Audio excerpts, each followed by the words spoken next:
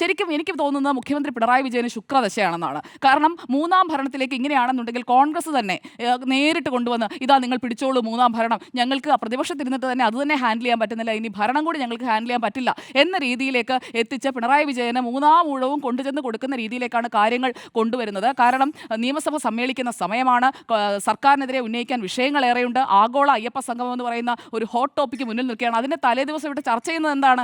ഇന്ന് ആഗോള അയ്യപ്പ സംഗമത്തിൽ സർക്കാരിനെ പ്രതിരോധത്തിലാക്കുന്ന മലബാർ ദേവസ്വം ബോർഡിൻ്റെ ഫണ്ട് കൊടുക്കാനായിട്ടുള്ള നീക്കമടക്കം ചർച്ച ചെയ്യേണ്ട സമയത്ത് നമ്മളടക്കം എല്ലാ മാധ്യമങ്ങളുടെയും പ്രധാനപ്പെട്ട 1, 2, 3 സ്ഥാനങ്ങളിൽ നിൽക്കുന്ന മാധ്യമങ്ങളുടെ പ്രൈം ടൈം ഡിബേറ്റ് എന്താണെന്ന് നോക്കിക്കഴിഞ്ഞാൽ ഇതാണ്, ഈ സൈബർ അസഭ്യ ആക്രമണമാണ്. അപ്പോൾ അതിലേക്ക് ആ വിഷയത്തെ മാറ്റിയിരിക്കുകയാണ്. അതിൻ്റെ ബെനിഫിറ്റ് ആർക്കാണ്? അതിൻ്റെ ബെനിഫിറ്റ് പിണറായി വിജയൻ സർക്കാരിനാണ്. അപ്പോൾ മുഖ്യമന്ത്രിക്ക് കിട്ടുന്ന ബോണസാണ് ഈ പറയുന്ന ഈ ആക്രമണങ്ങളെല്ലാം. അതെല്ലാം മുഖ്യമന്ത്രിക്ക്, CPI-ന്, ആ പാർട്ടിക്ക് വലിയ രീതിയിൽ ഗുണം ചെയ്യുന്നുണ്ട്.